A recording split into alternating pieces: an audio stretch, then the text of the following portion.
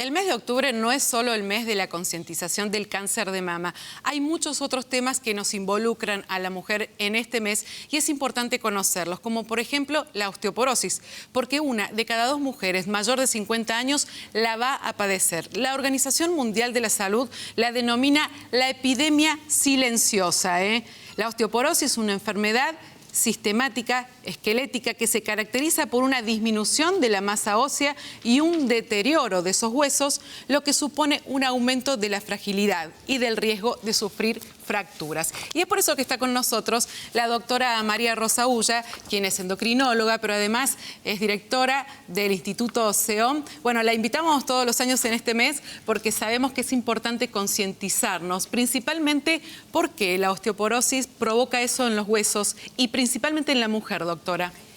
Bueno, es una enfermedad que, como vos lo dices, es silenciosa y se genera en la edad biológica de la mujer, cuando disminuyen las hormonas femeninas, cuando empieza la menopausia, y ese es un principal factor de riesgo, pero también la padecen los hombres a partir de los 60 años y la padecen otras poblaciones, como por ejemplo pediátricas, niños con algún tipo de enfermedades que van desde una discapacidad o una enfermedad renal, hepática, etc.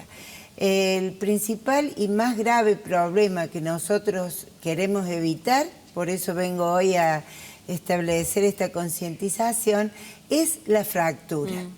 Las fracturas de cadera, hay un registro reciente, en la República Argentina se producen 90 fracturas de caderas por día. La fractura de cadera produce mucha discapacidad, algunos mueren y muchos otros pacientes necesitan algún tipo de apoyo o rehabilitación. Claro, me imagino que además del apoyo físico, un apoyo psicológico, porque genera mucha angustia el no poder caminar, sí, el no poder movilizarse. Sí. La incidencia es muy alta, doctora. Una de cada 2 mujeres después de los 50 años la va a padecer. ¿Por qué pasa esto? ¿Pasa solamente en Argentina? No, pasa en el mundo. Nosotros todavía en Latinoamérica somos países que no estamos tan desarrollados en hacer un diagnóstico correcto y un tratamiento adecuado. De hecho, esta enfermedad está subdiagnosticada porque no se usan los elementos necesarios para hacer el diagnóstico exacto, que es un método que ya hace 30 años que lo hacemos en Córdoba, que es la densitometría ósea. Muchas pacientes no están derivadas para ser diagnosticadas correctamente, pero a su vez es una enfermedad que está sobretratada, porque muchos profesionales tratan la enfermedad sin tener este estudio previo y un análisis de laboratorio que lo asegure. Cuando usted habla de la densitometría ósea, doctora, hay muchas mujeres que tal vez alguna vez en la vida se la hayan hecho, pero ocurre, ¿no? Como la mamografía, sí, que hay que concientizar, sí, como el Papa Nicolau. Sí. La densitometría, muchas personas no saben de qué se trata, si es dolorosa, si es muy costosa, y eso también es importante conocerlo, ¿no? Para saber qué pasa con nuestros huesos. Sí. La densitometría ósea es un método inocuo que emite menos radiación que una radiografía común. Es un scan que se hace con el paciente acostado, que dura 1 minuto, que mide el esqueleto en áreas como la columna y la cadera. Compara con una persona sana a partir de los 20 años y con una persona del mismo sexo y edad. Es un método que está aprobado por todas las obras sociales, claro, incluido el PAMI, incluso hasta en otros lugares, en otras provincias, hay ya densitómetros en los hospitales públicos. Hay que pedírselo al médico. Es igual y necesaria que una ecografía transvaginal o una mamografía, y tiene bajo costo. Seguro. Doctora, ahí veíamos, ¿no?, cómo el hueso se va desintegrando, se vuelve una especie de esponja. Sí. ¿Cuáles son esos factores que inciden en que una mujer vaya a tener la enfermedad, sí, de la osteoporosis? Bueno, una mujer, un hombre o un niño puede padecer la enfermedad por algunos factores que son inherentes a la raza, tener raza blanca de origen nórdico europeo, tener un cuerpo chiquito si son mujeres de talla baja o muy delgadas, La genética tiene muchísimo que ver. Si yo tengo mi mamá o mi abuela o una tía que se fracturó la cadera, yo tengo el gen para padecer la enfermedad. Y después hay otras causas que son muy importantes nombrar, que son medicamentos, fundamentalmente los corticoides, que son medicamentos necesarios para tratar algunas enfermedades como el asma, la artritis reumatoidea, o un paciente que tenga un trasplante, por ejemplo, o un cáncer en la médula.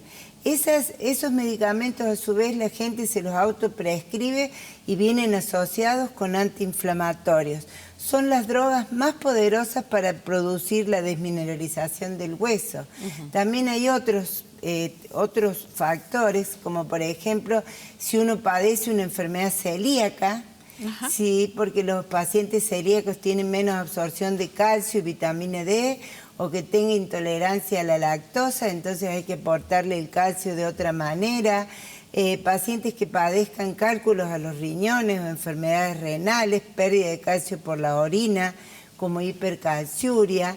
Niños viendo la presentación de este joven que padece una patología que le da una discapacidad, los niños que tienen alguna enfermedad, ya sea una parálisis cerebral o un mielomeningocele, como que les produce una debilidad o pérdida de función de las piernas, esos niños, como hoy acabo de ver un chico en el consultorio, se fracturan muchísimo al tocarlos desde muy pequeños. Entonces hay que correlacionar con el osteólogo, con el pediatra, para hacer un diagnóstico lo más precoz, cuando es muy chiquito, y acompañarlos con un tratamiento. Bueno, hay algunos datos para tener en cuenta sobre la prevención, doctora. Me gustaría que los repasemos porque tienen que ver con la disminución del contenido de calcio en los huesos. Esto es lo que pasa con la epidemia silenciosa. Se pierde resistencia, se incrementa su fragilidad y aumenta el riesgo de fracturas. Podríamos ir a la placa que habla de la prevención, ¿verdad? ¿Seguimos?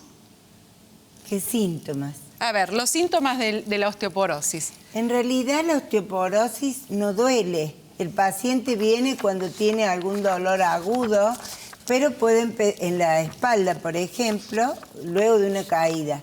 Pero mucho antes empieza una disminución de la altura, porque las vértebras se van aplastando, entonces las mujeres van viendo una disminución en la talla. Va apareciendo la famosa jorobita, claro, la jiba. Y ahí está, la prevención, doctora. Esto es importante, más allá del factor genético, una dieta saludable, rica en calcio y vitamina D, actividad física, exposición solar en los horarios apropiados. Esto es importante tenerlo en cuenta, ¿verdad? Sí, nosotros seguimos diciendo que la dieta alimenticia rica en calcio, fundamentalmente el calcio lácteo, es fundamental desde el momento que la mamá está embarazada, porque requiere más dosis de calcio, 1.300 a 1.500 miligramos de calcio, que sería 1 litro de leche o sus derivados. Y además educar a los niños y a los jóvenes y a los adolescentes a seguir consumiendo lácteos, porque generalmente lo dejan en la temprana edad, fundamentalmente las chicas, porque les hincha, porque les da alguna intolerancia, y aportarlo a través de distintos alimentos. También es importante recalcar que si una joven o una mamá no consume leche por alguna ideología, por ejemplo, sea vegetariana o sea vegana, nosotros tenemos la obligación de decir que deben estar asesorados por un nutricionista, porque el aporte de calcio, que no viene de la leche, sino de otros derivados como vegetales, cereales, frutas, etcétera, requiere mucho mayor aporte. Y además esto va a surgir después con los años y con la menopausia, que es un proceso biológico natural en la mujer. El viernes 22 de noviembre y el viernes 29 de noviembre va a haber charlas a la comunidad sobre osteoporosis allí en Rondó 293, esquina Chacabuco, a las 5 de la tarde. Gracias, doctora, por este aporte que nos hace. Muchas gracias a usted.